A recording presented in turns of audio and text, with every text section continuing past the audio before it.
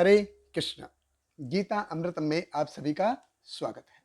तो हम आ गए हैं भगवत गीता अध्याय 10 श्लोक क्रमांक 31। तो हमारा भगवत गीता के उन श्लोकों की श्रृंखला पे चर्चा करने का प्रयास जारी है, जहाँ पे भगवान कृष्ण अर्जुन को अपनी भौतिक विभूतियों के बारे में बता सकते हैं, कोई कैसे उनको भौतिक रूप से जान सकता है और कैसे भगवान कृष्ण के करीब जा सकता है। भगवत गीता अध्याय 10 श्लोक क्रमांक 31। भगवान कृष्ण कहते हैं, पवन पवनतामस्मि रामः शास्त्र भृतामहम झषाणाम मकरश्चस्मि स्त्रोत्सामस्मि जानवी। भगवान कृष्ण कहते हैं, समस्त पवित्र करने वालों में मैं वायु हूँ, शस्त्रधारियों में राम, मछलियों में मगर तथा नदियों में गंगा हूँ। भगवान कृष्ण कहते हैं, पवन पवनताम अस्मि, यानी कि जो मैं ये पवन हूँ, वायु हूँ। देखिए, पवन जो है वो हर चीज को धीरे धीरे धीरे धीरे सुखा के पवित्र कर देती है, सुखा के उसकी गंदगी को निकाल देती है। देखिए, कोई भी चीज है जब वो सूख जाती है तो वो पवित्र हो जाती है। तो ये जो सुखाने का काम है, पवित्र करने का काम है, ये कौन करता है? ये पवन करती है। तो पवन हर चीज को पवित्र करती है। पवन बहती रहती है और सब पे अपनी दया बिखेरती रहती है। और देखिए, जीवन में सबसे जरूरी भी है पवन। हम कोई व्यक्ति खाना खाने के बगैर कुछ देर तक रह सकता है, कुछ दिनों तक रह सकता है, पानी के बगैर भी कुछ दिनों तक रह सकता है, कुछ देर तक रह सकता है, लेकिन वायु के बगैर वो 2 मिनट 3 मिनट से ज्यादा नहीं रह सकता। इसलिए भगवान कृष्ण कहते हैं, पवन पवताम अस्मि। फिर भगवान कृष्ण कहते हैं, राम शास्त्र भरताम अहम, कि सारे शस्त्रधारियों में मैं राम हूँ।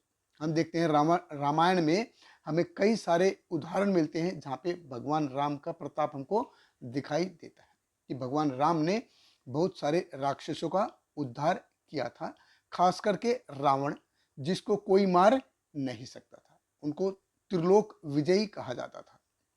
जैसे हिरण्याकशिपु का वध किया भगवान ने नरसिंह देव के रूप में आके।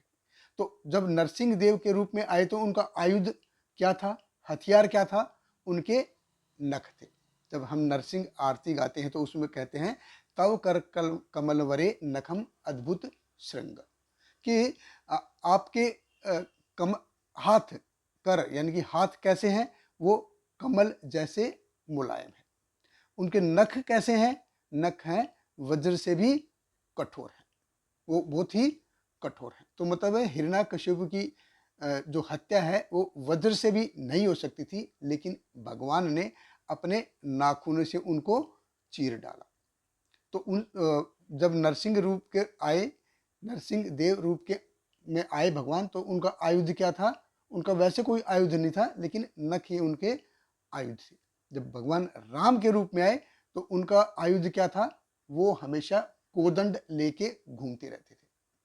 तो प्रभु रामचंद्र की जो ख्याति है वो कैसे प्रसिद्ध है, कि प्रभु रामचंद्र जी को एक पत्नी, एक वचनी और एक बाणी कहा जाता।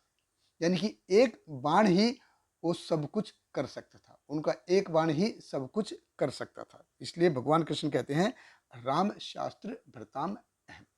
फिर भगवान कहते हैं, जशाणा नाम मकरश्चय अस्मि, कि सारी मछलियों में मैं मगर हूं, मैं शार्क हूं। देखिए, शार्क है, वैसे तो समुद्र में सबसे बड़ी मछली ब्लू व्हेल है, लेकिन ब्लू व्हेल से कोई डरता नहीं है, वो शांत प्रिय है। ब्लू व्हेल की अपेक्षा अगर तुलना में शार्क का साइज देखेंगे तो बहुत ही कम है, लेकिन शार्क इतनी डरावनी है, इतनी भयानक है कि हर किसी से उसको डर लगता है, कि शार्क सबको खा जाती है। ब्लू व्हेल वो वेजिटेरियन है, लेकिन शार्क सब कुछ खा जाती है।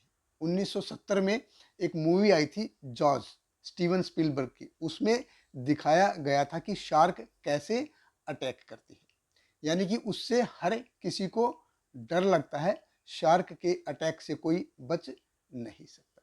इसलिए भगवान कृष्ण कहते हैं, जशाणाम मकरश्चय अस्मि।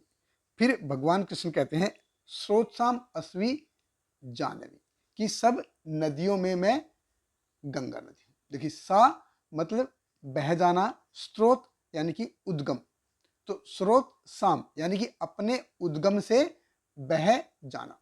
तो नदी का खास लक्षण क्या है, वो एक जगह रुकती नहीं है, वो अपने उद्गम से बह जाती है और वो कंटिन्यू बहती रहती है, अपने गंतव्य की ओर बहती रहती है। ऐसे ही मनुष्य जीवन भी है, उसको एक जगह रुकना नहीं, एक जगह रुकेगा तो आलसी हो जाएगा। जीवन चलने का नाम, चलते रहो सुबह शाम। देखिए पानी एक जगह रुक गया तो मलेरिया जैसी बीमारी होगी, मलेरिया की जड़ है।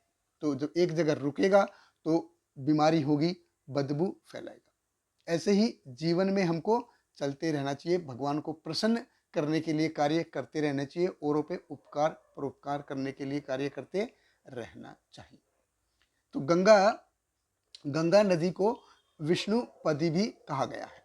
तो गंगा नदी का एक्चुअली स्रोत क्या है, जब बलि महाराज ने वामन देव को निश्चय किया 3 बग भूमि देने का, तो वामन देव ने क्या किया, भगवान वामन देव ने एक पैर में स्वर्गलोक तक की सारी जमीन को माप दिया, दूसरे पैर से वो भगवान ने ब्रह्मांड का आवरण खोल दिया, ब्रह्मांड का आवरण भेद दिया। तो कारण सागर की जो बूंदें हैं वो नीचे आई। तो क्योंकि भगवान विष्णु का पैर लगा था, पैर से ब्रह्मांड में छिद्र हुआ था, तो इसलिए उसको विष्णुपदी कहा जाता है, क्योंकि भगवान के पैर का स्पर्श हुआ। तो गंगा नदी को त्रिपथ गामिनी भी कहा जाता है, क्योंकि ये तीनों लोकों को, यानी कि स्वर्गलोक, मर्त्यलोक और नरक लोकों को, तीनों को ये पवित्र करती है। तो जब गंगा नदी नीचे आई तो इसका बल, इसका प्रभाव इतना तेज था कि कोई उसको थामने के लिए राजी नहीं था, कि कोई उसका भार सहन नहीं कर सकता था। फिर शिवजी ने उनका भार थामा और अपनी जटाओं में उसको धारण कर दिया। हालांकि भगीरथ कथा के भी आती है, तो वो दूसरा पहलू है।